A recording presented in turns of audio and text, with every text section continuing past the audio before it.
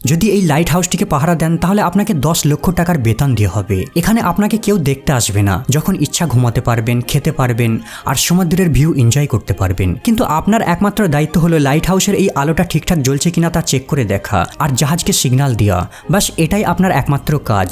কিন্তু আপনাকে এখানে 1 থেকে 2 বছর পর্যন্ত সমুদ্রের মাঝে এই লাইট হাউসের ভিতর একাই 24 ঘন্টা সময় কাটাতে হবে। এখন প্রশ্ন হলো আপনার মধ্যে কি এই জবটাকে অ্যাকসেপ্ট করার মতো সাহস রয়েছে? এই জবটা অ্যাপ্লাই করার পূর্বে আগে আপনাকে একটা কথা মনে করিয়ে দিই, এটা এমন একটা জব যেখানে যাওয়ার সময় বলা হয়ে থাকে সঙ্গে করে যেন নিজের কফি নিয়ে যেও।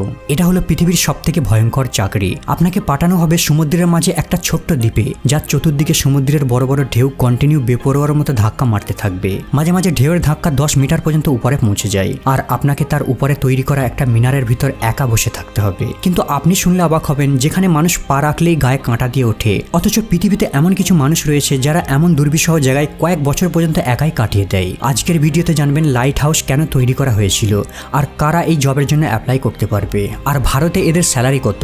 প্রথমে জানা যাক লাইট হাউস নির্মাণের আইডিয়া কিভাবে আসলো। লাইট হাউসের কনসেপ্ট শুরু হয় প্রাচীন মিশরের সময় থেকে। সেই সময় কোনো গাড়ি ছিল না, কোনো উড়োজাহাজ ছিল না, তাই বহু দূরে যাত্রা করার জন্য তাদের কাছে বেস্ট অপশন ছিল সমুদ্র।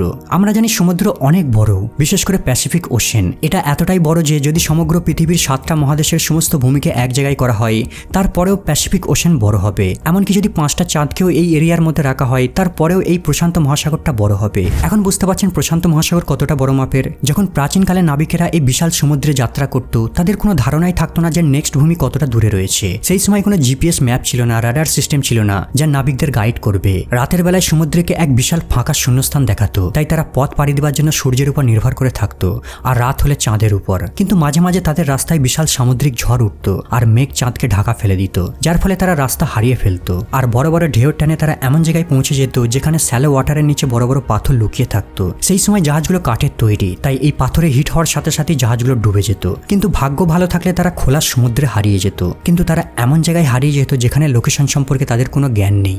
মানুষ এই সমস্যাকে সমাধান করার জন্য একটা দারুণ আইডিয়া বের করে। তারা তীরের কাছাকাছি কোনো দ্বীপে অথবা উঁচু পাহাড়ের মাথায় আগুন জ্বালিয়ে রাখতো আর এই ছোট্ট জ্বলন্ত আগুনটাই জাহাজগুলোকে নিরাপদে চালানোর জন্য গাইড করত।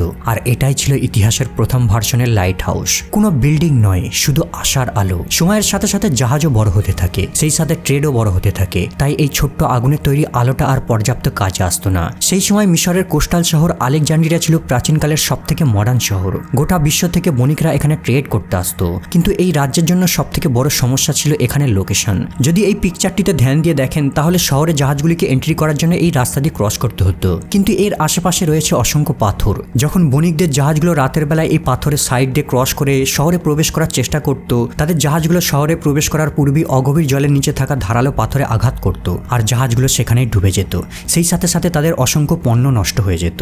এই সমস্যা থেকে মুক্তি পেতে মিশরের শাসকেরা চিন্তা শুরু করলো, যদি এই শহরটার উন্নতি করতে হয় তাহলে সমুদ্রের ধারে এমন একটা জিনিস তৈরি করতে হবে যেটা জাহাজদের দূর থেকে রক্ষা করবে আর তাদের সিগন্যাল ছুড়ে গাইড দিয়ে উপকূলের দিকে নিরাপদে নিয়ে আসবে। এমন বিশাল উজ্জ্বল কিছু তৈরি করতে হবে নাবিকেরা অনেক দূর থেকে সেটাকে দেখতে পাবে। রাজার হুকুম অনুযায়ী সেই সময়ের এক্সপার্ট ইঞ্জিনিয়াররা একটা দারুণ পরিকল্পনা নিয়ে আসে। তারা আলেকজান্ড্রিয়ার উপকূলে একটা বিশাল মিনার তৈরি করে। এর হাইট প্রায় 384 ফুট উঁচু আর এটাকে তারা সাদা মার্বেল পাথর দিয়ে তৈরি করে। এই লাইট হাউসের মাথায় কাঠ আর তেল দিয়ে আগুন জ্বালানো হতো আর এভাবে শুরু হয় ইতিহাসের সর্বপ্রথম লাইট হাউসের কনস্ট্রাকশন। শুধু তাই নয়, এই লাইট হাউসটাতে একটা জিনিয়াস ডিজাইনও ছিল। লাইটের পাওয়ারকে বাড়ানোর জন্য আর অনেক দূরত্ব পর্যন্ত ছড়ানোর জন্য ইঞ্জিনিয়াররা আয়না আর লেন্স সিস্টেম ব্যবহার করে। আর এই টেকনিকটার কারণেই বহু দূরত্ব থেকে নাবিকরা আলোটাকে দেখতে পেত। আর এভাবেই তৈরি প্রথম লাইট হাউসটা জাহাজদের জন্য একটা নিরাপত্তার সিম্বল হয়ে যায়। আর এখান থেকেই লাইট হাউসের কনসেপ্ট সমগ্র পৃথিবীতে ছড়িয়ে যায়। প্রথমের দিকে লাইট হাউসগুলোকে মানুষ কিনারায় তৈরি করত, কিন্তু ধীরে ধীরে মানুষ অ্যাডভান্স হতে থাকে আর সমুদ্রের মাঝে যেখানেই মনে করা হতো সমুদ্রের নিচে কোনো হিডেন পাথর রয়েছে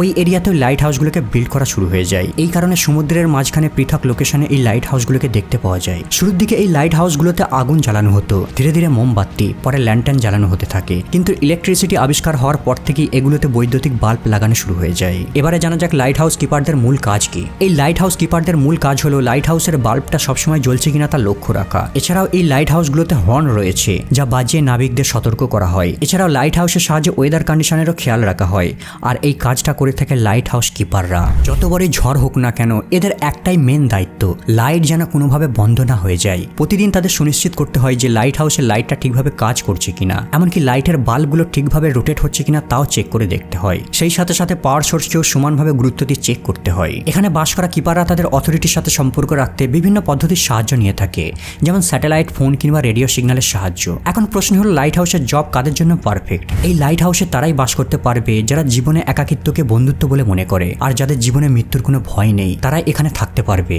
কারণ এটা হলো এমন একটা জায়গা যেখানে আসার পর দুনিয়া তোমাকে ভুলে যাবে আর সমুদ্র তোমাকে প্রতিটা সেকেন্ড মনে রাখবে, আর নিঃসঙ্গতাই হবে তোমার একমাত্র রুমমেট। কয়েক মাস ধরে মানুষের সাথে সম্পর্ক না থাকার কারণে মাঝে মাঝে কিপাররা দেওয়ালের সাথে কথা বলা শুরু করে দেয়। এখানে রাতের বেলায় আয়না দেখা বারণ রয়েছে, কারণ একাকিত্বের কারণে তারা হ্যালুসিনেশনে ভুগতে থাকে আর তখন নিজের ছবিকে এক ভৌতিক দৃশ্যের মতো দেখতে লাগবে। হাউস কিপারদের কাছে সব থেকে ভয়ঙ্কর সময় হলো ঝড়ের রাত। সমুদ্রের বড় বড় ঢেউ লাইট হাউসে আছড়ে পড়ে, যেন কিপারকে উঁকি দিয়ে দেখার চেষ্টা করতে চায়। এই ঢেউয়ের ধাক্কা এতটাই পাওয়ারফুল যে টাওয়ারটাকেই কাঁপিয়ে দেয়। এই পিকচারটিকে দেখুন, এটা একটা রেস্কিউ অপারেশনের সময় ক্যাপচার করা হয়। এটা দেখে স্পষ্ট বোঝা যায় যে লাইট হাউস কিপার কতটা ঝুঁকি নিয়ে দাঁড়িয়ে রয়েছে। কিন্তু যদি এই ঢেউটা লাইট হাউসটাকে সম্পূর্ণরূপে ঘিরে ধরতো তাহলে কিপারের জীবনও চলে যেত। এখন বুঝতেই পাচ্ছেন লাইট হাউস কোনো সিম্পল জব নয়, এটা একটা প্রতিটা মুহূর্তের যুদ্ধ। যুদ্ধ একাকিত্বের সাথে, ভয়ের সাথে, আর সমুদ্রের বড় বড় ঢেউয়ের সাথে। কিন্তু তারপরে এরা কাঁপা কাঁপা পা নিয়ে সিঁড়ি বেয়ে উপরে উঠে যায় কেবল একটা বাল্ব জ্বালাতে, যাতে দূরে অন্ধকারের জাহাজরা বিপদে না পড়ে। আপনি শুনলে অবাক হবেন, ইতিহাসে এমন অনেক ঘটনা রয়েছে যেখানে লাইট হাউস কিপাররা রহস্যজনকভাবে গায়েব হয়ে গেছে। যেমন ফ্লানানের লাইট হাউসের রহস্য আজও বিশ্বের মানুষকে হতবাক করে দেয়। 19বিংশ শতাব্দীতে স্কটল্যান্ড থেকে প্রায় 20 মাইল দূরে আটলান্টিক মহাসাগরে এই লাইট হাউসটা দাঁড়িয়েছিল। এই লাইট হাউসে 3 জন কিপার ছিল। 15 ডিসেম্বর হঠাৎ লাইট হাউসের আলো অফ হয়ে যায়। বিষয়টা ছিল একেবারে আনইউজুয়াল, কারণ এই লাইট হাউসের আলো কখনো বন্ধ হয় না। প্রথমে সবাই মনে করেছিল হয়তো লাইট হাউসে কোনো সমস্যা হয়েছে, কিন্তু 4 দিন পর যখন রেস্কিউ টিম সেখানে পৌঁছায় তারা যা দেখে চোখ কপালে উঠে যায়। 3 জনের মধ্যে একজনও কেউ সেখানে উপস্থিত ছিল না। তারা রহস্যজনকভাবে যেন কোথায় হারিয়ে গেছে। কিছু ব্যক্তির মতে যেদিন লাস্ট আলো বন্ধ হয়েছিল ওই রাতে সমুদ্রে বিশাল বড় বড় ঝড় উঠেছিল। সম্ভবত তারা ঝড়ের সাথে সমুদ্রে ভেসে যায়। এখন বুঝতেই পাচ্ছেন লাইট হাউসে জব করা কতটা জীবনের ঝুঁকি।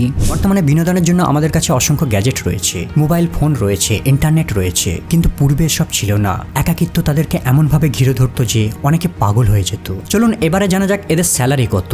লাইট হাউস কিপারদের স্যালারি বিভিন্ন দেশে বিভিন্ন রকম হয়ে থাকে। যেমন ভারতে বর্তমানে প্রায় 200টারও বেশি লাইট হাউস রয়েছে। এদের মধ্যে বেশিরভাগ অটোমেটেড, মানে এদেরকে চালানোর জন্য কিপারের প্রয়োজন পড়ে না। কিন্তু লক্ষাদ্বীপ, আন্দামান নিকোবর দ্বীপ, গুজরাট আর মহারাষ্ট্রের কোস্টাল এরিয়াগুলোতে কিপারদের প্রয়োজন পড়ে, কারণ এই জায়গাগুলো অনেকটাই ডেঞ্জারাস। এদের মান্থলি স্যালারি হয়ে থাকে প্রায় 50,000 থেকে 1 লাখ পর্যন্ত। আবার বাংলাদেশে এদের স্যালারি থাকে 25,000 থেকে 60,000 পর্যন্ত। কিন্তু আমেরিকা, কানাডা, নিউজিল্যান্ডে এদের স্যালারি আবার অনেক বেশি হয়ে থাকে, প্রায় 3 থেকে 5 লাখ প্রতি মাসে।